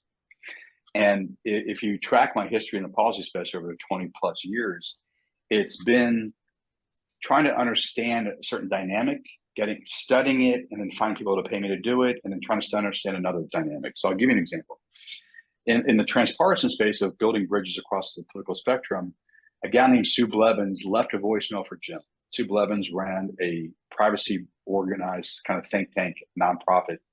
And she's like, Jim, wasn't DSHEA, is HIPAA, Health Insurance Portability and Accountability Act. Yeah, HIPAA, yeah. It's a disclosure rule. It's not really a privacy rule. Let's meet and do something about it. So I organized a lunch between Sue and Jim. We sat down and Sue told us all about HIPAA and how it's really a disclosure rule. It's not a privacy rule. And I'm like, who's doing what about it? And she's like, well, no one's really doing anything about it. And I said, well, I'll put together a left-right coalition, because that's just the way my mind works. Cool, I'll organize it. This is like Tuesday. By Friday, I had created the Medical Privacy Coalition. And within like 2 years of creating that, we took a case to the Supreme Court. Mm. So my mind always goes, who's doing what? Oh, it needs to be taken care of. I'll do something and I'll organize it and I'll take action. That led me to do some work for the Association of American Physicians and Surgeons, a free market medical group that opposed all third-party interference in the practice of medicine. They don't like insurance companies, they don't like the government. I don't blame them. I don't either. And in doing, man, and in doing that kind of work, the Patriot Act came across my desk. And I started talking to some people working on the Patriot. It was a couple of years into the Patriot Act, already been passed by law, but some of the provisions, 215, 505, and 712, I think it was. So you got to review this before it actually went into law. No, it's already law, but some of the provisions were up for renewal. I got you.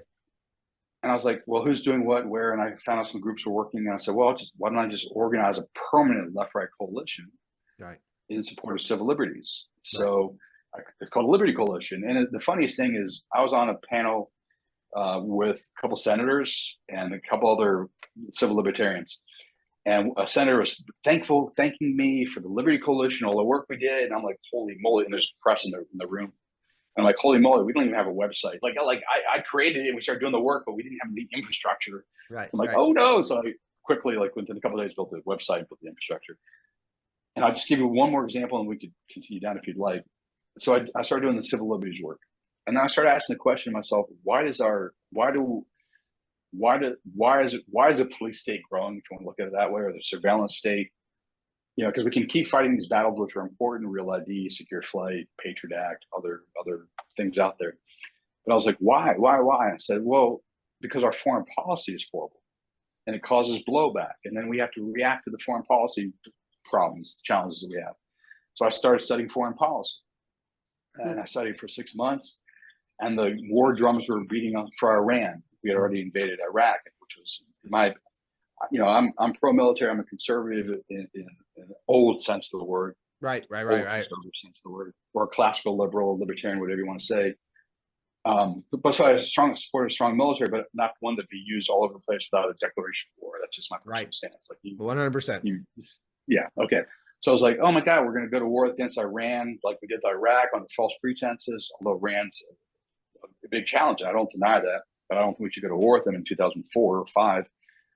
So I was like, we need to do something. So I organized right against war with Iran. And I organized on a Hill briefing, the first briefing of conservatives against war with Iran. So I did that kind of work. No one was doing it, so I needed to do something. So I did something. Nice. And I'll give the last example. And I started thinking, why does our foreign policy suck? From my perspective, like why are we, all over the globe, intervening all over the place? And I thought, because our education system sucks. Yeah. Americans are completely uneducated on American history, the Constitution, the Declaration of Independence, foreign policy. They don't know the difference between Iran and Iraq, nothing. So I started studying education for about 6 months, and I was like, cool. I learned a lot. I read everything across the spectrum, and on various philosophies. I don't just stick to what I believe. I'm like, I want to understand the various perspectives on anything I study. Right. And then I found people to hire me to do education policy. So it was always like, I want to understand, I study, and then people hire me to do that. Or I fill a hole that needs to be filled because no one else is doing it. Right. So that's kind of, and I can tell you more and more, but that's kind of like how I got into the policy space. Well, and I love the fact that you're thinking for yourself and you're doing the research, because nowadays, even more so than when you're talking about a few years ago, nowadays, there's so much less of that. So much more of people not doing their own research and just listening to whatever is being fed to them, like that garbage truck I was talking about earlier. And it's amazing. It's amazing, because I agree with you. There's no way we should have done that under false pretenses and gone to war. And most of our wars have been that way. And it's like, why?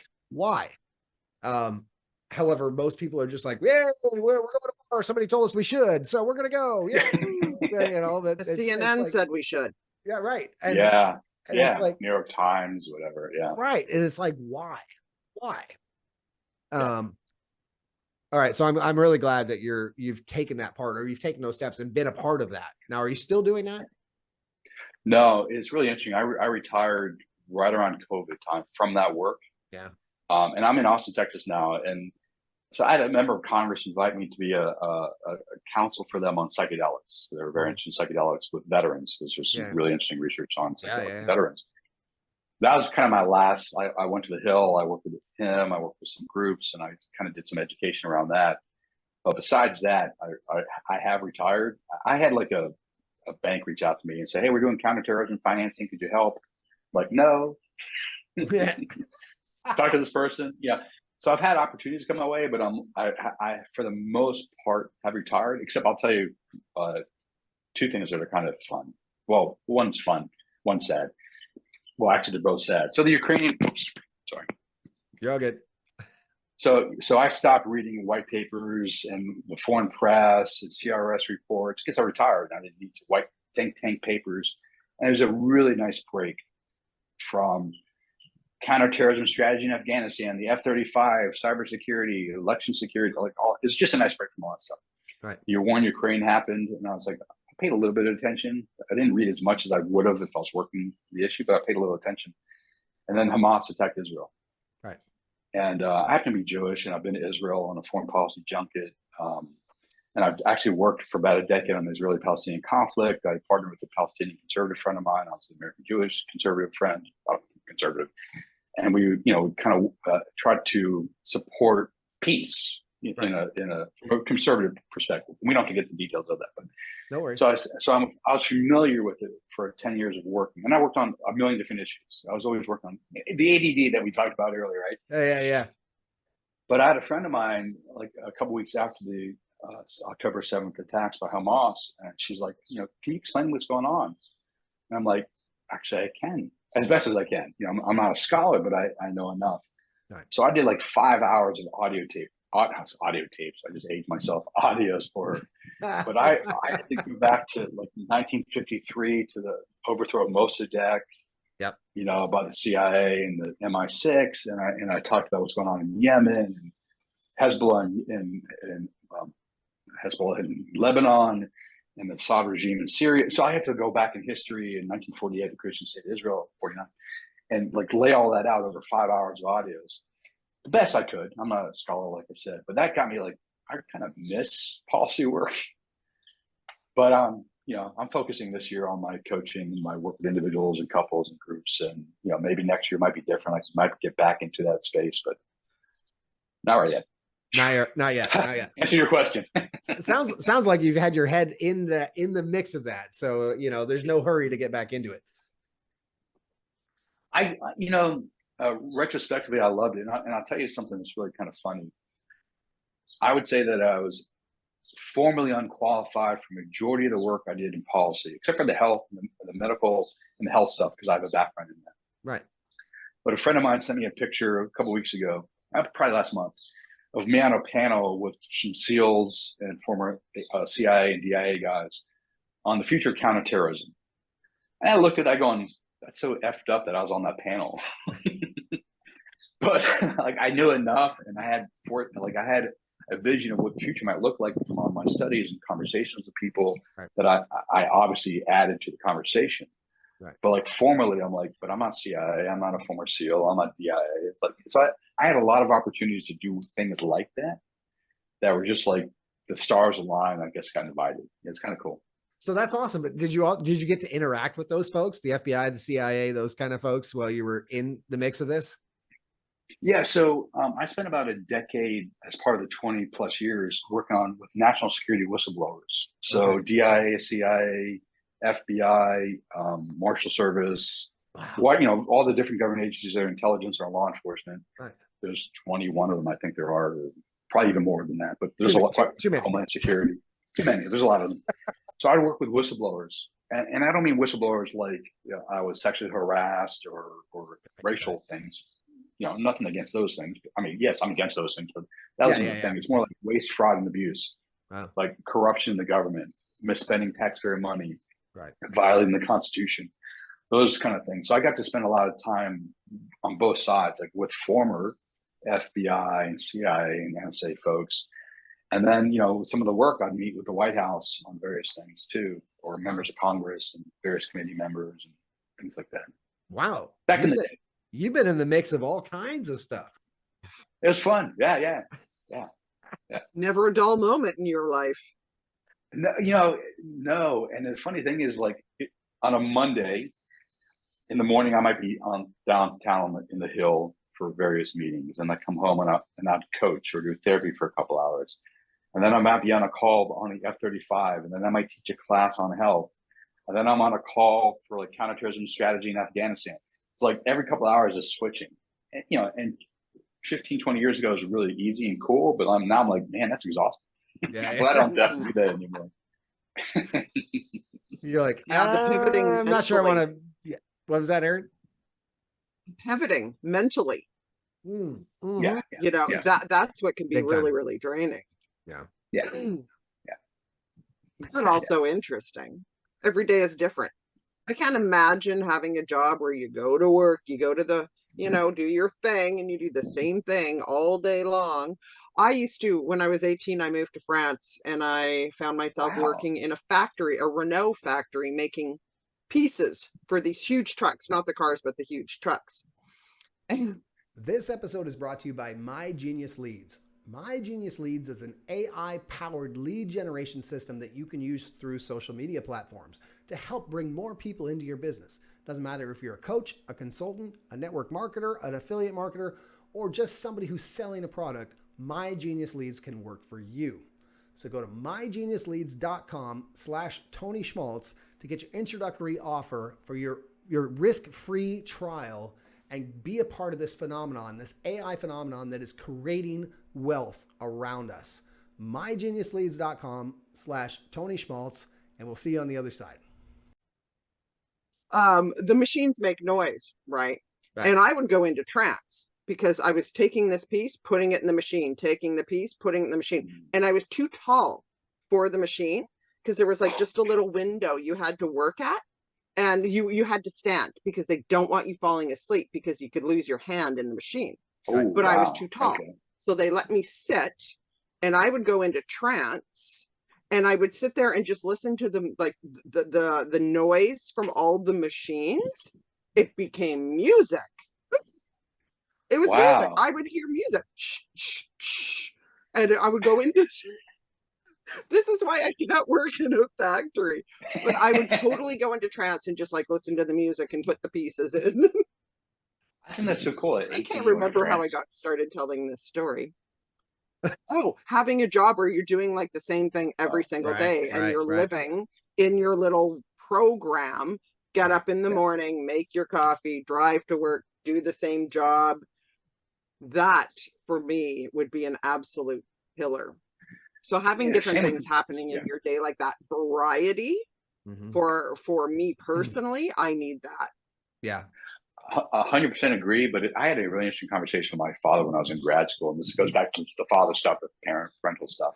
Right. I came in at maybe Christmas break, whatever it was, and I was sitting down with him, and I was telling him about LSD and Tim Leary and Stan Groff and breath work and all the things that you can change consciousness and change beingness states and all that stuff like that. And he's listening, and he's like, Michael, I go to work, I come home, I have a nice dinner with your mother, I watch TV, and I go to bed. I kind of like that. Is that okay? I'm like, sure. Like, and it hit me like for some people that's perfect and that works really well for them. Routine. That would drive me crazy, but I'm like, that's awesome. And it gave me like that's okay for like people. Everyone's different. Correct. But I'm more like you guys, like 9 to 5 in an office doing the same thing day in, day out would drive me bananas. Wow. And some it's people funny. like the security of being in a routine. No, which is fine. 100% correct. And I love the example you used about your dad going to work, coming home, watching TV and going to bed. Because when I was in the corporate world, and I was I don't have a college degree. I was one of those guys that worked. I've been administrative since I was 19 years old and worked my way up through the ranks before becoming a coach. But I was always, because I was challenging the status quo. I was never the one to follow in line. But anyway, so during some of my leadership training, and becoming a leader early on in my 20s, is you understand there's the A, B, C, and D workers. The A people are the ones that really excel. They want to go to the next level. They're gonna do whatever they take. They're gonna go work the extra hours. They're gonna go above and beyond and try to get that advancement as fast as they can. The B workers are the ones that really want to do better, but they're doing a little bit above and beyond, but they're not really huge. The C workers are the ones you're talking about. Those are the ones that are really good at their job, but that's all they want to do. They want to come to work. They want to do this job. They want to go home. They want to watch TV, have a couple beers, hang out with their family, and go to bed and do it again. And there's nothing wrong with that. This world spins because of those C workers. However, it's just not for everybody. It's not for us. Yeah. You know. Well, you know what's really interesting. My father's an anomaly because he was very conservative, very structured, like that very conventional life, like the life you shared.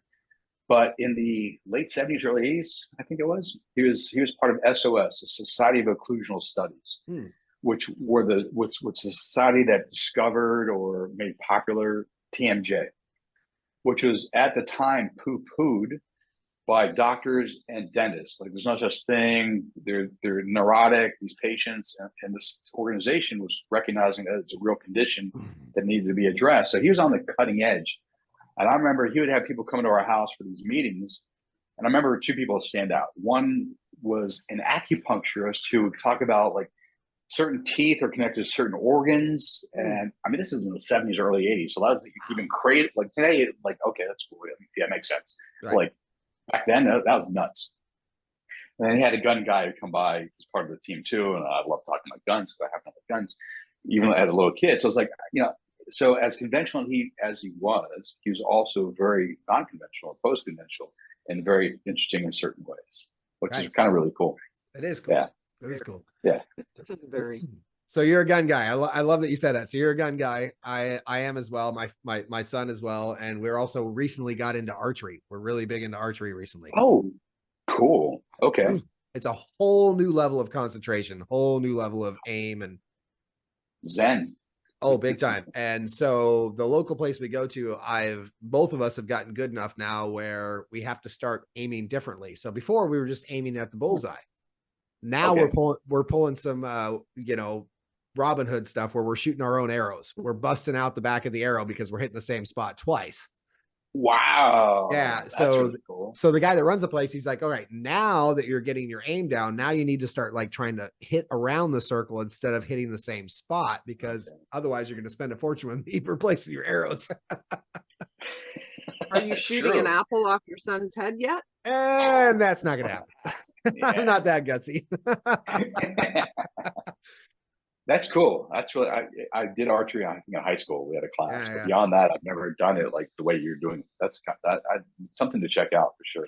And it was completely random. It was about 3 years ago. We were still in Panama City, and this new archery place showed up, and my son and I were looking for something else to do together. And he's like, Dad, what about this? I'm like, you know what? Like you, I shot archery when I was a kid and teenager and shortly thereafter, but I hadn't done it for 20 years or 30 years. And so I was like, yeah, cool. So I spent way too much on a couple of compound bows and a couple of sets of arrows.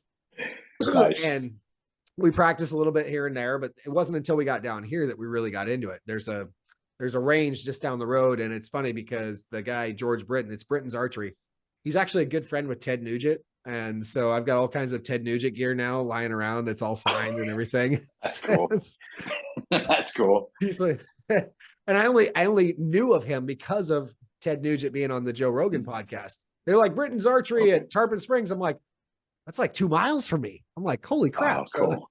So we went there and we started going and been going ever since. Yeah. I used to, I grew up learning to safely use firearms. My father, he and I would go shooting when I was a kid.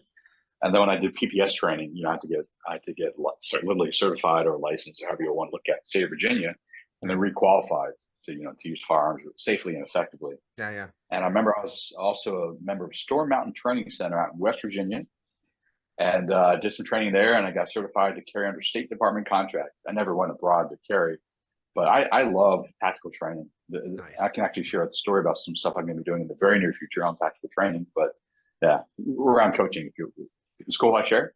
Yeah, please. Okay, so I mentioned Team Fudishin. So Team Fudishin is a team I put together of some amazing guys and gals, and we got together and we trained up for this 50-mile go ruck. We did in May. We're going to do the rim to rim of the Grand Canyon in October. And these are people from all across the country, but there's teams of them that get together and train on a regular basis, and we just support each other, and we do calls and support on nutrition and tactics and training. It's just really fun. We have co-sponsors for it. It's kind of really fun. One of our members is Will Ravello. Will is you'd probably love to. You guys would probably love to interview him. He started out as Marine Recon. This is for MARSOCs. He was stationed in Okinawa during the invasion of Afghanistan. He wanted combat, so he left the Marines, joined the Army, joined Army Special Forces, and then got into combat. He was in Afghanistan. He was in Iraq. He left that, became SWAT in San Francisco. Wow. So he has, a lot of tactical training, and he programmed me for the Go Ruck, and he's programming me now for our next series of trainings. He's a great coach that way. But he and I are partnering. We're going to launch a mastermind group, kind of a tactical fitness mastermind group called Invictus. And we get together every quarter and we'll do tactical training, like, tactical handgun, close quarters combat, combat medicine, survival training in the mountains. He's in Florida. Oh, actually he's in Florida. Yeah. And Georgia, leadership training. So every quarter we'll get together and do some really cool training things. And then we'll do like weekly Zoom calls for the group and then individual coaching. I'll kind of do the mindset, he'll do the physical training stuff. Nice. And we're launching that here probably next month. So it's like bringing a couple of my loves together. Like I love tactical training and he's amazing. And he has some really cool friends who are come in there and help us out. And then also the mindset and the body set work and, all the psychological stuff too. So that's awesome. kind of fun. That's awesome. That's great. I love it. Yeah. I love it. What part of Florida is he from? Or is he in? Man. Yeah. He's told me, I don't know Florida. I know Miami. I don't mean to put you on the spot. Sorry, I'm like, yeah, man. I'll find out and I'll let you know. Yeah. Erin, what else do you have? Oh, let me look at my question. I mean, I could ask you a cajillion questions. What I would love to know is kind of almost going back to somatic stuff, the martial arts. Oh yeah, martial arts. You learning the martial arts. What is your thoughts on how the martial arts using your body plays into the mind? Man, so I've trained in majority of the martial arts I've trained in are Eastern oriented, and I love them for the philosophy and the tradition and the higher spiritual virtues, which we can talk about. And I've also trained in more reality based fighting, so like Krav Maga and Haganah, which I can tell you two different ones, but they're amazing. And with Krav Maga, at one point I was an assistant instructor, and I did a whole law enforcement class, which it was awesome. Nice. Training these guys. But my experience with the martial arts, it's great physical training. It's nice to be able to defend yourself or defend your family. But I love the higher order character development, like courage and bravery and integrity, honor, those kind of things, which are mental constructs, but you have to embody them. Right. And that kind of goes back, that's where I got the clarity that you asked earlier around values that you need to embody and make sure you're aligned and you're actually living them out. And I would say the martial arts were my introduction to those kind of concepts, but not just concepts. Like you just can't, you can spit them out and talk about them all day long, but you're actually living them out. And that's what's really important to me. Oh my God. Yeah, I love the martial arts. Nice. I've never tied the two together before. I'm just it's just going through my mind that if a person did not have a value for honor and discipline and all of that, they would probably suck at martial arts. Well, or they'd misuse them. Right. Yeah. They'd be the guy in the back alley beating the crap out of everybody instead of walking away the way they're kind of trained to do and only use it when necessary. Exactly. Yeah. Exactly. Interesting. Can I tell you a funny story? Yes, please. On the martial arts. So Krav Maga, you guys familiar with Krav Maga? Israeli combat system. Now I am. All right, it's from Israel. It's been time tested, as you can imagine, because Israel. Okay. Yeah. And it's a really intense martial art. But and the way it's done in the United States, because of lawsuits and lawyers, it's a little tempered down. So like it could take a while before you start fighting a lot of people at any one time, because they want to make sure you develop your skills over time.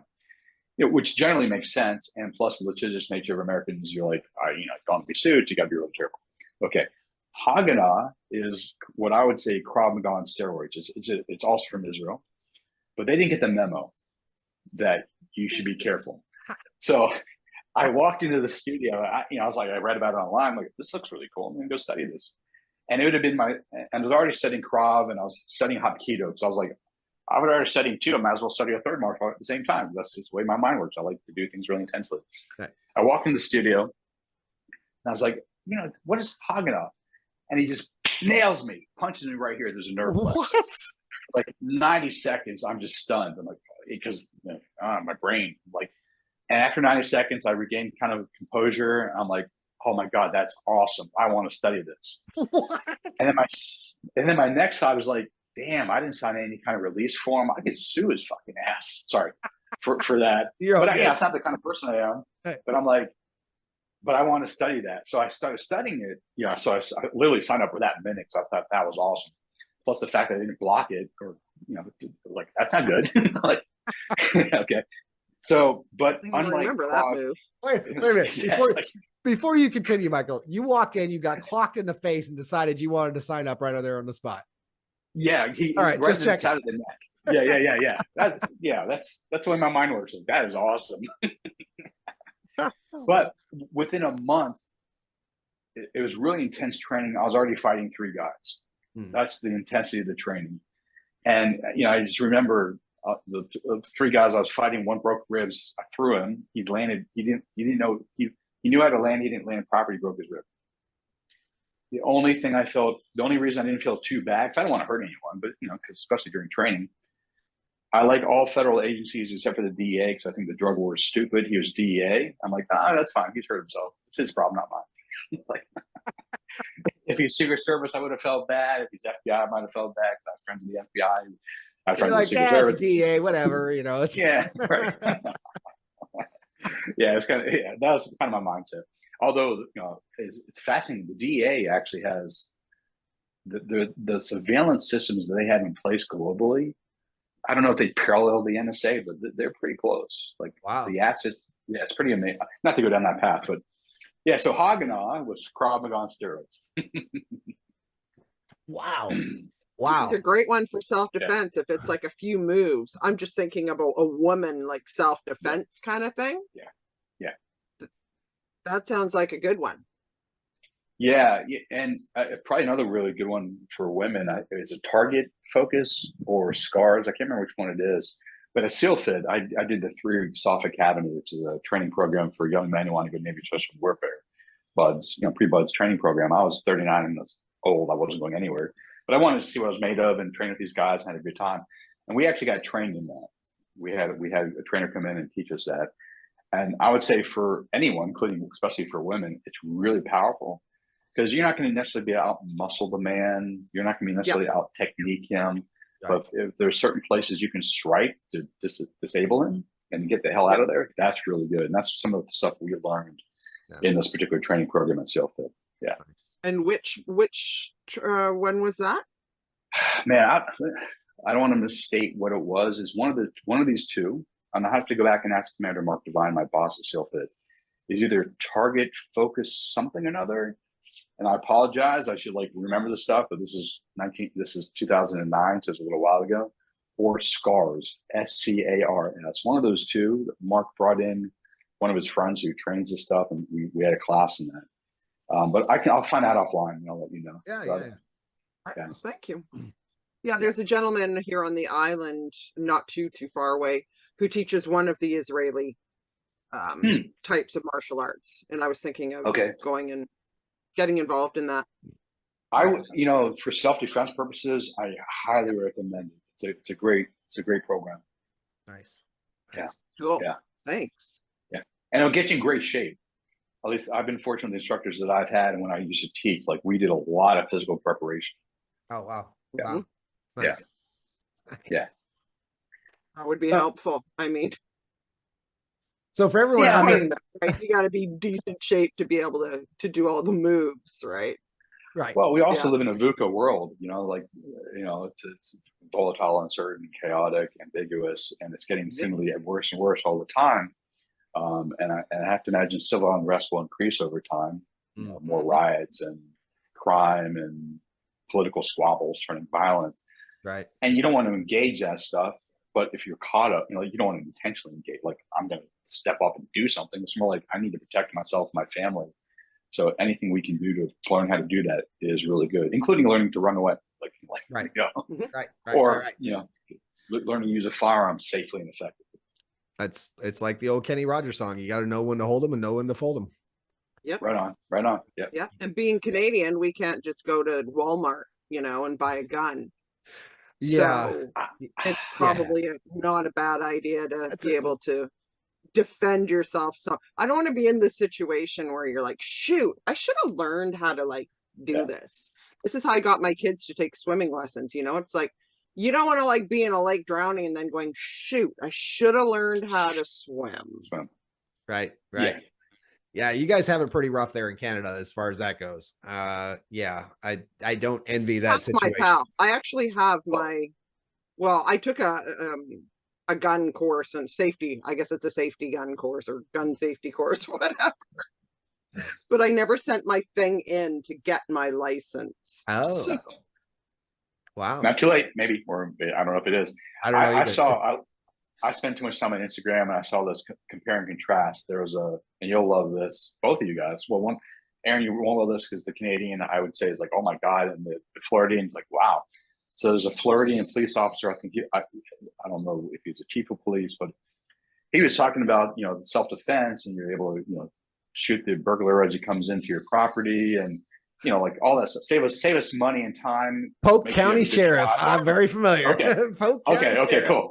Yeah, okay. He's a sheriff, not a chief of police.